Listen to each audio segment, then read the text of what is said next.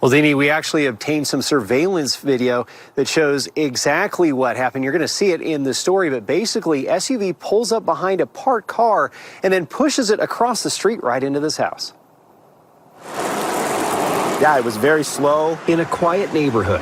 The people that heard it, it was just a very slow screeching sound.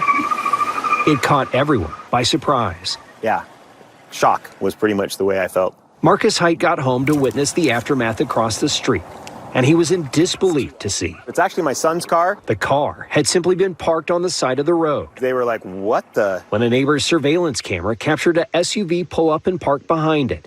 The video shows the SUV sat there for minutes before pushing forward.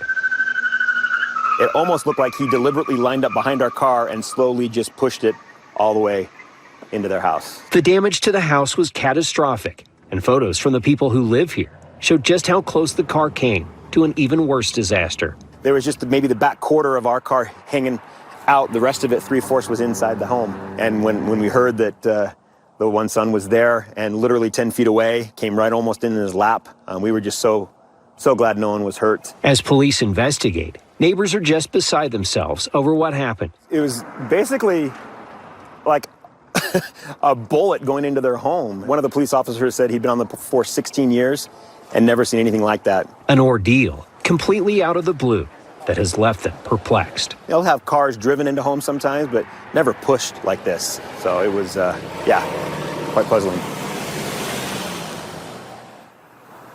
Well, obviously some very substantial damage here. You can see it behind me. Unclear exactly when the family is going to be back in. There's a notice on the door that says it's unsafe to enter. We reached out to police about the driver because neighbors said that he was taken into custody. Haven't heard back exactly what was going on with him. Height was asked if he knew the driver, and he said he did not.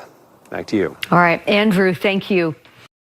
Anyone reading the headlines of this story would have been like, huh? So a parked car started moving by itself and then just slammed into someone's house.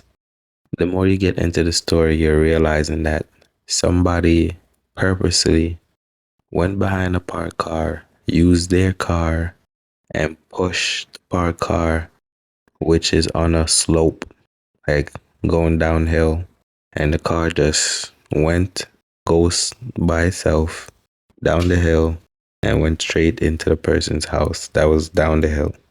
That's explainable. I hope they find the person that pushed the car. Let me know what you think.